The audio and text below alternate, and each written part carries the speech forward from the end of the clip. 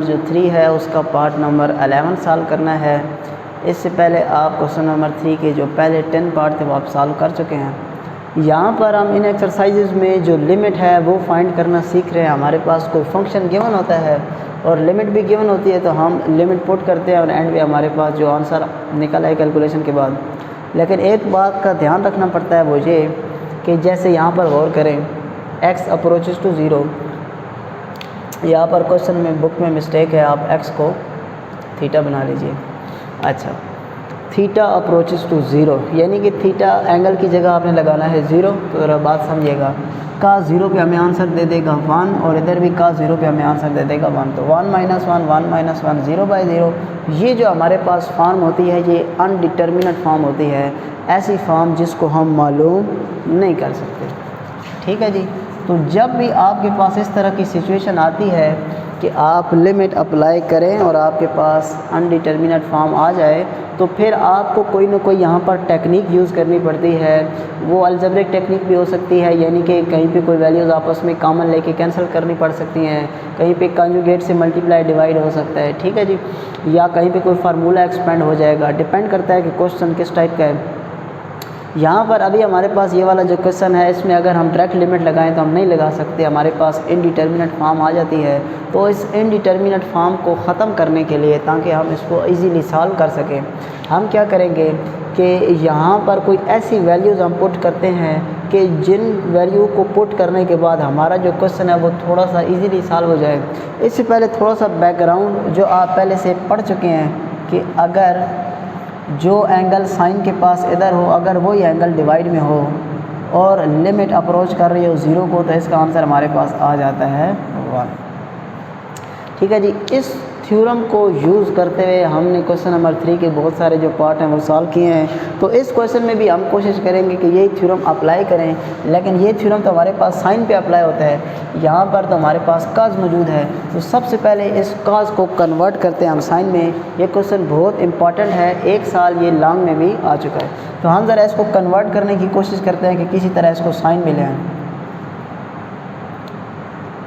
cos 2 theta is equal to cos square theta minus sine square theta. ठीक है जी। ये theorem हमने first year में याद किया हुआ है, ये वाला फार्मूला। तो यहाँ पर अब आपने एक बात का ध्यान रखना है, आपको पता है ये इस फार्मूले से आगे 2 शक्लें और बनती हैं। अगर आप cos की जगह 1 माइनस साइन स्क्वायर ले दें तो एक और वैल्यू बनेगी, और अगर साइन की जगह 1 माइनस cos लगा दे तो एक और वैल्यू बनेगी। अच्छा जी। यहाँ पर अब हमारी कोशिश ये होगी कि इधर cos की जगह जो हम वैल्यू फाइंड करेंगे वो इस तरह की वैल्यू फाइंड करें कि ये वाला 1 और जहाँ पे जो 1 आएगा वो आपस में कैंसिल हो जाए।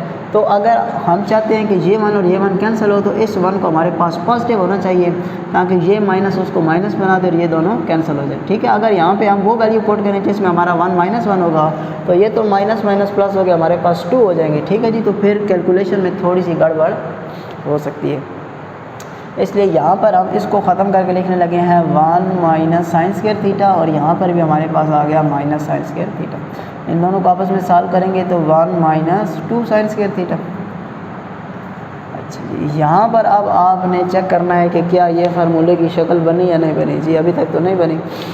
यहाँ पर अब बात समझें, अगर थीटा यहाँ पर जो एंगल है वो कितना हो, 2 थीटा हो, 2 टाइम्स हो, तो सामने 1 टाइम रह जाता है। यहाँ पर 2 टाइम्स थीटा था, इधर कुछ भी नहीं है, तो मतलब 1 टाइम थीटा है। तो यहाँ तक तो एक बात समझ लग गई हमें कि अगर इधर एंगल 2 है तो उधर उसका हाफ होके क्या हो चुका है 1। तो अगर हम इस 2 को, इधर 2 था उधर उसका हाफ कितना हो गया 1, यानी कि सामने हाफ हो जाता है। तो अगर इस 2 को मैं सिर्फ थीटा कह दूँ यानी कि 1 कह दूँ, तो सामने जो इसका हाफ होगा उसको हम लिख सकते हैं साइन स्क्वायर थीटा बाई 2, यानी कि 1/2। क्यों जी, 1 का हाफ 1/2 हो गया। यहाँ तक आपको बात समझ में आ गई। अच्छा, अब देखें तो यहाँ पर cos p थीटा है, यहाँ पर सिर्फ थीटा है। तो अगर हम यहाँ पर साथ में p ऐड कर दें और इधर भी साथ में p ऐड कर दें, तो इसका मतलब ये हुआ कि यहाँ पर हमने अपना जो cos p थीटा था उसकी वैल्यू बना ली। ठीक है, यहाँ पर आपने याद रखना है कि अगर एंगल 2 हो तो सामने उसका एंगल हाफ होता है। हमने जैसे इधर एंगल 1 किया, सामने हाफ हो गया, 1/2 हो गया, और इधर भी एंगल के साथ p लगा दिया और उधर भी p हमने इसलिए लगाया क्योंकि हमारे पास क्वेश्चन में इसकी ज़रूरत थी। बिल्कुल सेम इसी पैटर्न पे जब इसको सॉल्व करेंगे तो हमारे पास यहाँ पर q है तो इधर भी हमारे पास क्या आ जाएगा, q आ जाएगा। चलो जी, सॉल्यूशन में सबसे पहले हम एक दफ़ा क्वेश्चन को खुद ही लिख लेते हैं।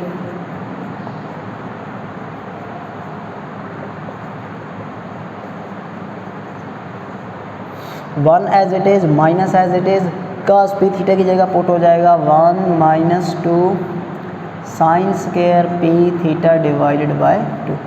सेम एज इट इज़ इधर 1 माइनस 2 साइन स्क्वायर, इधर p है और इधर q आ जाएगा, q थीटा बाय 2। जैसे ही ये माइनस हम अंदर अप्लाई करेंगे ये साइन चेंज कर देगा जी, 1 ये इसको कर देगा माइनस और इसको कर देगा प्लस, 1 माइनस और ये इसको कर देगा प्लस, +1 और -1 आपस में हमारे पास हो जाएंगे कैंसिल। तो हमारे पास वैल्यू जो रह जाएगी एंड पे वो रह जाएगी 2 sine square p theta by 2 और 2 sine square q theta by 2। ये 2 और ये 2 भी हमारे पास कैंसिल हो चुके हैं।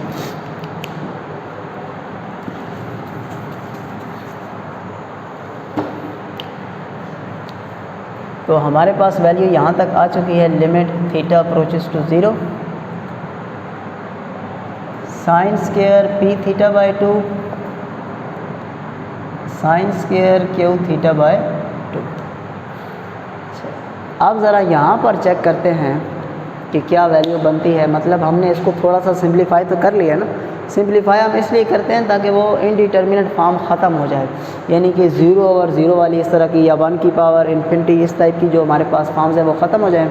अगर हम यहाँ पर थीटा की जगह 0 पुट कर दें तो ये यहाँ पर हमारे पास एंगल कितना हो जाएगा जी, 0, और साइन 0 पर 0 होता है, तो ये तो फिर वही बात बन गई 0 और 0। इसका मतलब है यहाँ तक हल करने के बावजूद हमारा जो आंसर है वो अभी तक फाइंड नहीं हो सकता, अभी हम डायरेक्ट इस फंक्शन में लिमिट पुट नहीं कर सकते। तो अब हमें यहाँ पर कुछ और जुगाड़ लगाना होगा।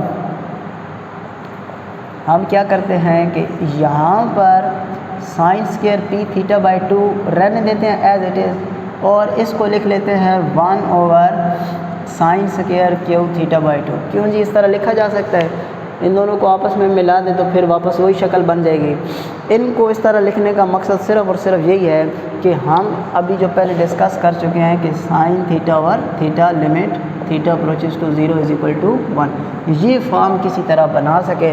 और ये फॉर्म हमारे पास सिर्फ उसी हालत में बनती है जब हमारे पास ऊपर वाला एंगल और डिवाइड वाला एंगल दोनों हमारे पास कितने होते हैं, सेम होते हैं। ठीक है, इस एक्सरसाइज का आपने पहला पार्ट जो किया था 7x ओवर x, तो इधर एंगल 7x था, इधर सिर्फ x है, तो 7 की कमी थी, 7 से मल्टीप्लाई हमने डिवाइड किया था। तो यहाँ पर अगर आप गौर करें तो आपके पास जो एंगल है वो है p थीटा बाय 2, और सिर्फ ये एंगल नहीं है बल्कि ऊपर स्क्वायर भी मौजूद है। तो इसका मतलब ये हुआ कि आपके पास जो एंगल है यहाँ पर वो p थीटा बाय 2 के बजाय p थीटा बाय 2 का होल स्क्वायर है। ठीक है, यहाँ पर स्क्वायर नहीं है तो इस वजह से थीटा डिवाइड बाय थीटा, अगर यहाँ पर आ जाता स्क्वायर, ठीक है, तो फिर यहाँ पर भी एंगल होना चाहिए था थीटा स्क्वायर। चलिए जी, इसी बात को अगर फॉलो किया जाए तो इसका मतलब ये हुआ कि अगर ऊपर एंगल है p थीटा बाई 2 का होल स्क्वायर तो नीचे भी एंगल वही होना चाहिए ताकि थ्योरम के मुताबिक ये आंसर 1 बन जाए। तो हम क्या करते हैं कि इसके साथ p थीटा बाई 2 का होल स्क्वायर डिवाइड भी कर दिया और इसी के साथ हमने p थीटा बाई 2 का होल स्क्वायर मल्टीप्लाई भी कर दिया।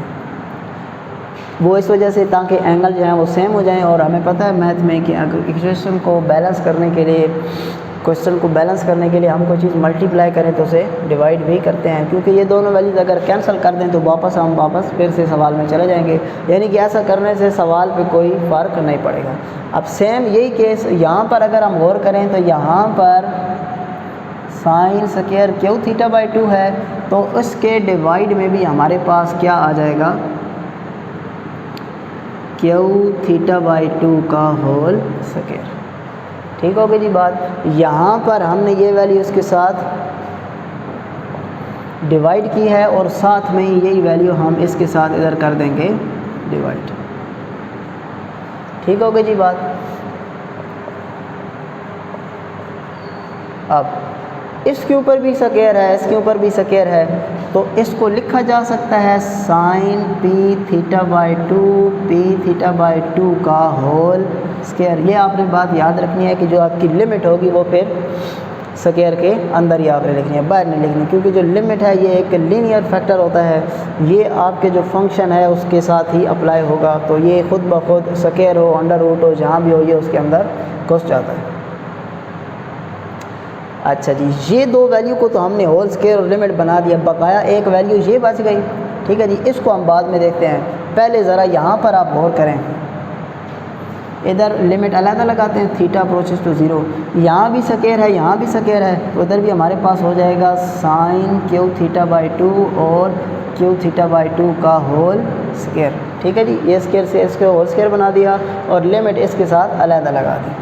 अच्छा जी, ऊपर हमारे पास बच गया था पी थीटा बाई 2 का होल स्क्वायर, तो एक्सपेंड करेंगे तो ये बन जाएगा P square theta square divided by 4, और यहाँ पर हमारे पास मौजूद था क्यू स्क्वायर थीटा स्क्वायर और डिवाइडेड बाय 4। यहाँ पर तो इजी काम हो गया, थीटा और 4 आपस में कैंसिल हो गए, तो सिर्फ वैल्यूज़ हमारे पास जो बच गई वो बन गई पी स्क्वायर और क्यू स्क्वायर। ज़रा यहाँ पर देखें, जो एंगल ऊपर है वही एंगल नीचे है और लिमिट अप्रोच कर रही है 0 को, तो थ्योरम के मुताबिक इस सारे का आंसर हमारे पास हो जाएगा 1। जो एंगल ऊपर है वही एंगल नीचे है, तो थ्योरम के मुताबिक इसका आंसर भी हमारे पास क्या हो जाएगा 1। ठीक है जी, तो यहाँ पर भी मैं लिखने लगा हूँ 1, ऊपर इसका क्या आ चुका है स्क्वायर मल्टीप्लाई, इधर भी क्या हमारे पास बन गया इसका स्क्वायर, और साथ में सिर्फ हमारे पास बच गया P square divided by Q square. ठीक हो गई जी बात, ये वैल्यू कैंसिल हो गई। अब यहाँ पर आपने इधर साथ रीज़न ज़रूर देनी है कि आपने इधर 1 और 1 क्यों लिखा है। ठीक है जी, रीज़न हमारे पास क्या है कि limit theta approaches to 0 sine theta और थीटा इज़ इक्वल टू 1, क्योंकि ये 1 के इक्वल होता है, इस वजह से जो एंगल ऊपर नीचे सेम था तो हमने इसको 1 बना दिया। इसका मतलब है एंड रिज़ल्ट हमारे पास आ गया P square divided by Q square. ये बहुत ही ज़्यादा इंपॉर्टेंट क्वेश्चन है, एक साल ये आपके लॉन्ग में आ चुका है, तो आपने अच्छी तरह देखना है, बस इसकी शक्ल याद रखना है और पहला स्टेप याद रख लेंगे आपने यहाँ पर कास पी थीटा की जो वैल्यू है वो पुट करनी है, और उसके बाद आपने वो जो थ्योरम है उसकी शक्ल कंप्लीट करनी है और आपके पास आंसर आ जाएगा। चलो, ये तो हमारे पास था इसका 11th part.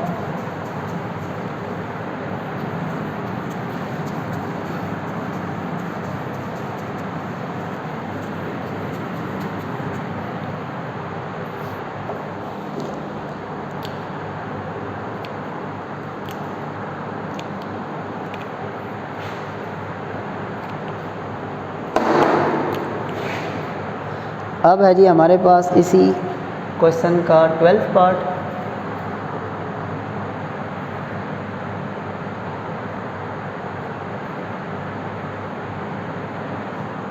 Limit theta approaches to 0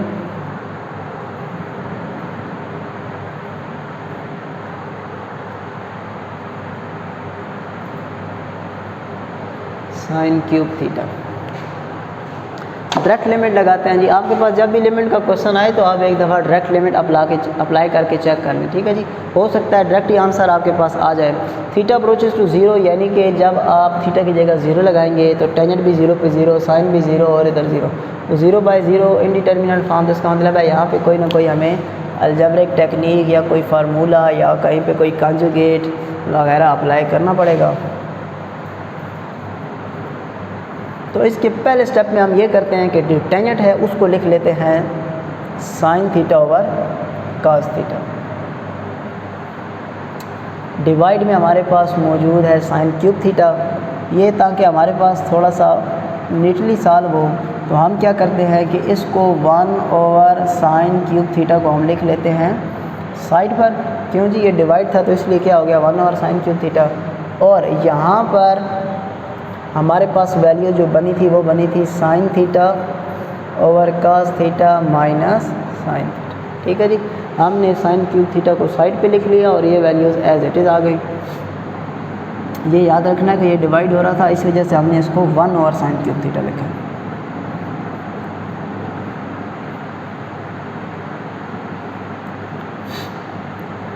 यहाँ पर इसका एलसीएम हमारे पास आ जाएगा जी कास थीटा से कैंसिल, तो साइन थीटा माइनस इनको आपस में सॉल्व करेंगे तो साइन थीटा और कास थीटा। चले यहाँ पर गौर करें कौन सी वैल्यू हमारे पास कॉमन है, sine theta.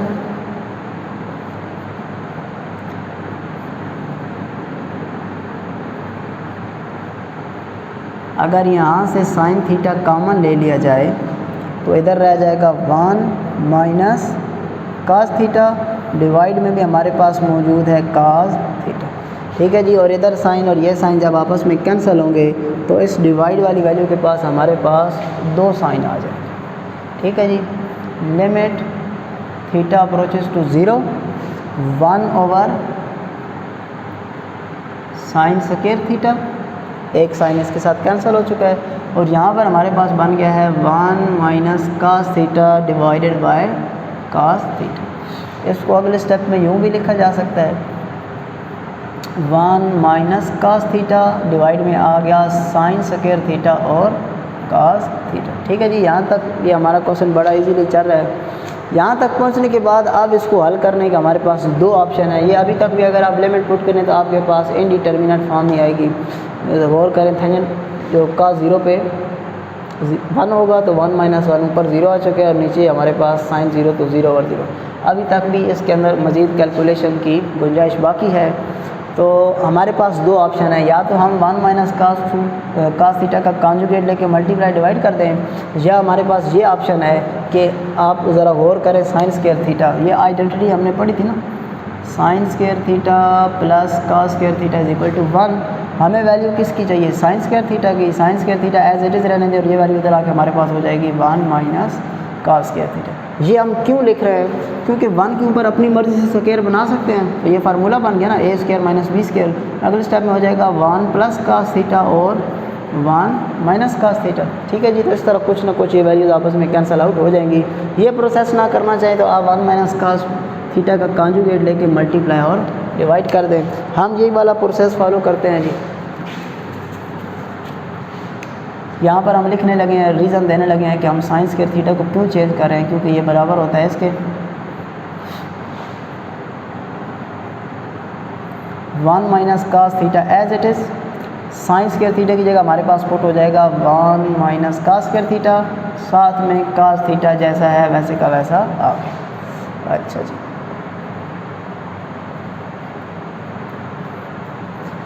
One minus cos theta as it is. इसको फार्मूले के मुताबिक हम लिख सकते हैं एक दफ़ा 1 प्लस कास थीटा और 1 माइनस कास थीटा, साथ में आ गया cos theta as it is. ये माइनस वाली वैल्यूज़ कैंसिल हो जाएंगी, तो हमारे पास जो क्वेश्चन है वो सिंप्लीफाई होने के बाद बन चुका है 1 ओवर 1 प्लस कास थीटा और साथ में हमारे पास आ चुका है कास थीटा। तो अब अगर हम इसके ऊपर लिमिट लगाएं तो हमारा जो आंसर है वो अनडिटरमाइंड जो फॉर्म है उसके अंदर नहीं जाएगा। थीटा की जगह 0 अप्रोच करेंगे, यानी कि का 0 और का 0 पे होता है 1, और इधर भी हमारे पास आंसर निकलेगा 1। तो by applying limit theta approaches to 0 we get, क्या मिलेगा जी हमें 1 तो मौजूद था, का 0 पे हमारे पास 1 होता है तो 1 प्लस 1, और यहाँ पे भी का 0 पे हमारे पास हो गया 1। तो ये ओवरऑल आंसर हमारे पास हो चुका है 1/2। ठीक होगी जी बात। यहाँ तक तो हमने जो क्वेश्चन सॉल्व किए हैं वो हमने थ्योरम यूज़ किया है साइन थीटा और थीटा, यानी कि जब जो एंगल ऊपर हो वही एंगल नीचे हो साइन में, और लिमिट अप्रोच कर रही हो 0 को, तो उसका आंसर हमारे पास आ जाता है 1। अब इसके बाद जो क्वेश्चन नंबर 4 आएगा हमारे पास, उसमें हमारे पास एक नया थ्योरम आएगा। वो थ्योरम और उसकी एक और छोटी सी डेरिवेशन है।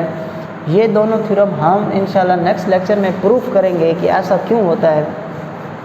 ठीक है जी, उससे पहले आज जो उसके शॉर्ट क्वेश्चन है वो सॉल्व करते हैं। और जो पहला चैप्टर है यहाँ से जो लॉन्ग आना है वो या तो जो थ्योरम आपको हल कराए जाएंगे वहाँ से आएगा, या वहाँ से ना आया तो फिर आपकी जो 1.4 में क्वेश्चन आएंगे कंटिन्यूटी वाले वो आ सकते हैं, या फिर 1.3 में अभी जैसा कि बिल्कुल क्वेश्चन हमारा 11 साल करवाया था उस तरह के जो थोड़े से लेंथी पार्ट हैं टेक्निक वाले वो आपके पास पहले चैप्टर के लॉन्ग में से आ सकते हैं। तो जो क्वेश्चन नंबर 4 है इसका जो फर्स्ट पार्ट है वो है हमारे पास limit n approaches to infinity 1 + 1/n की पावर 2n।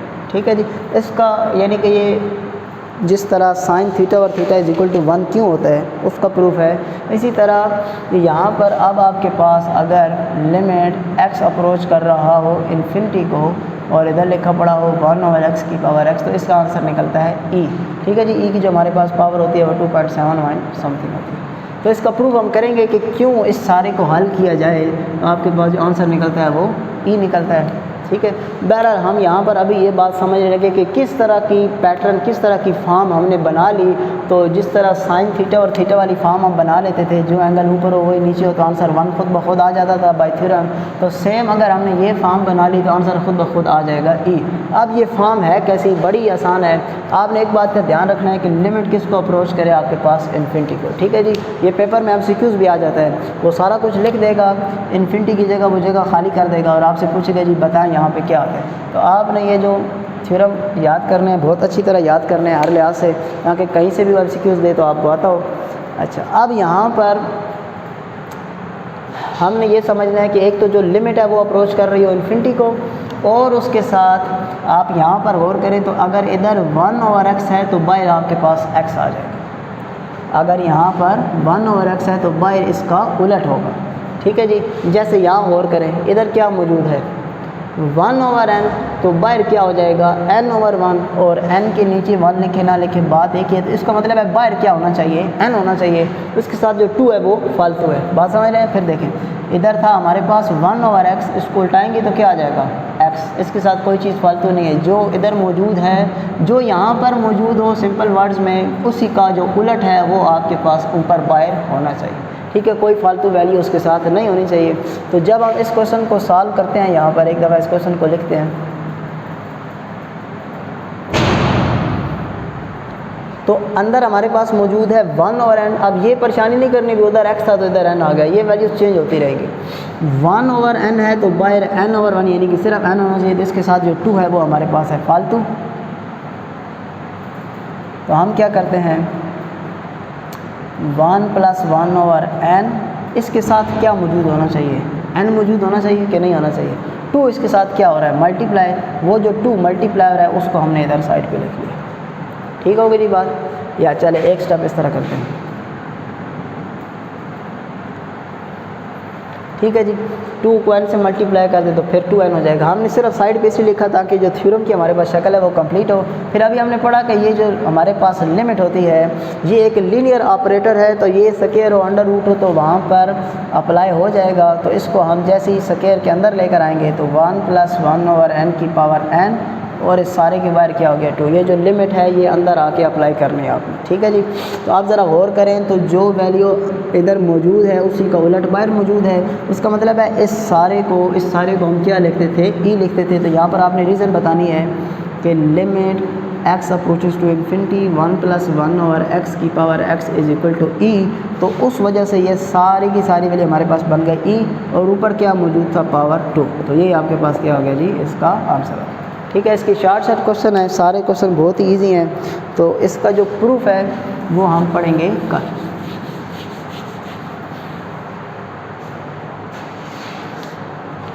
इसी क्वेश्चन का हमारे पास नेक्स्ट पार्ट है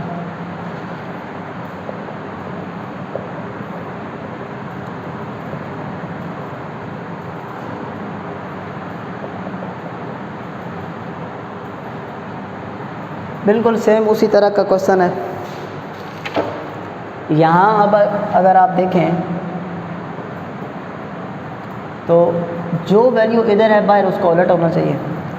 1/n का उलट क्या होगा n/1 यानी कि n। तो इधर हमारे पास जो इधर फालतू वैल्यू है वो हमारे पास n तो ऐसे ही रहने देंगे, फालतू वैल्यू है हमारे पास 1/2। क्यों जी मल्टीप्लाई करेंगे तो फिर n/2। तो n/2 फालतू था वो अपनी साइड पे कर लिया, और लिमिट हमारे पास अप्लाई होने से पहले लीनियर फैक्ट ऑपरेटर है तो स्केयर के अंदर आ जाएगी। ठीक है जी, बाहर हमारे पास 2, ये सारे का सारा हमारे पास आंसर बन जाएगा e और e की पावर 1/2। साथ में रीज़न हमने देनी है limit x approaches to infinity 1 + 1/x की power x is equal to e। अच्छा जी, अब हमारे पास इसी का पार्ट नंबर 3 है।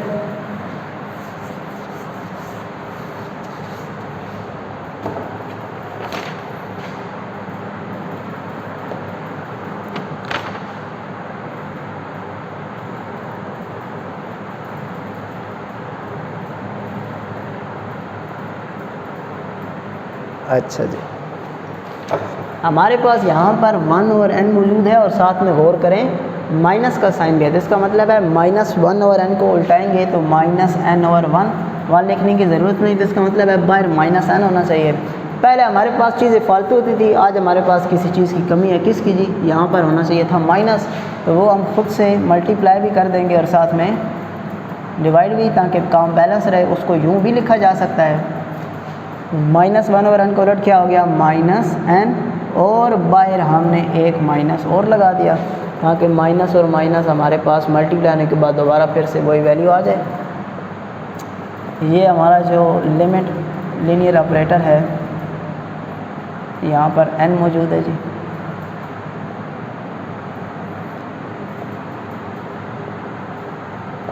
ये सारे का सारा हमारे पास बन जाएगा e, और e की पावर हो जाएगी -1। इसको अगले स्टेप में कह सकते हैं 1/e। ठीक है जी, अब यहाँ पर आपने रीज़न लिखनी है, हर सवाल के साथ आपने रीज़न लिखनी है। मैंने आपको पैटर्न समझा दिया है।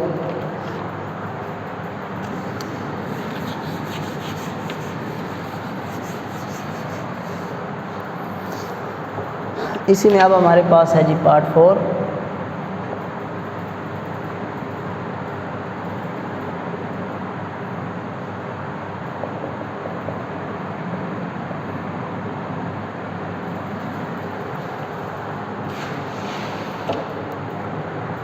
यहाँ पर हमारे पास जो वैल्यू मौजूद है वो है 1/3n। 1/3n का उलट होता है 3n ओवर 1 बटे में 1 लिखने की ज़रूरत नहीं, तो इसका मतलब है बाहर होना चाहिए 3n। भाई बिल्कुल वाज़ह तौर पे वहाँ पर n तो है, लेकिन कमी किसकी है जी, 3 की है। तो बहुत सिंपल,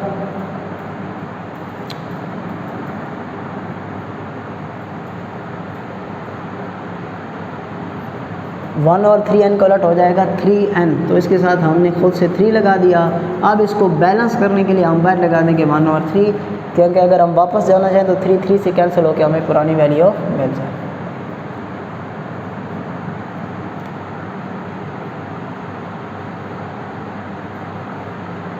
लिमिट हमारे पास अप्लाई होगी, तो जैसी लिमिट अप्लाई होगी ये सारे का सारा आपके पास बन जाएगा e, और बाहर हमारे पास आ जाएगा 1/3। ठीक है जी, यहाँ पर आपने साथ में रीज़न लिखनी है।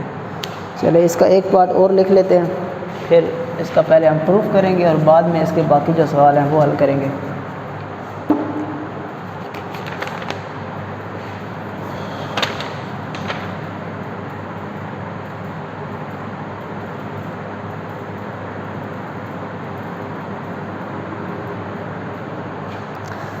यहाँ पर हमारे पास मौजूद है 4/n, तो इसका उलट होता है n/4। तो n तो है लेकिन जो 4 है वो मौजूद नहीं है, तो हम यहाँ पर इसके डिवाइड में क्या लगाने लगे हैं 4, और बैलेंस करने के लिए यहाँ पर लग गया 4, ताकि 4 और 4 कैंसिल हो जाएं और आप वापस पिछले सवाल में जा सकें। अब लिमिट अप्लाई हो जाएगी जब, तो ये सारे का सारा आपके पास बन जाएगा e, और ऊपर पावर आ गई 4। साथ में आपने यहाँ पर जो रीज़न है वो ज़रूर लिखिए। ठीक है, इंशाल्लाह नेक्स्ट लेक्चर में हम इसके बाकी पार्ट भी सॉल्व करेंगे और इसका जो थ्योरम है उसको भी सॉल्व करेंगे।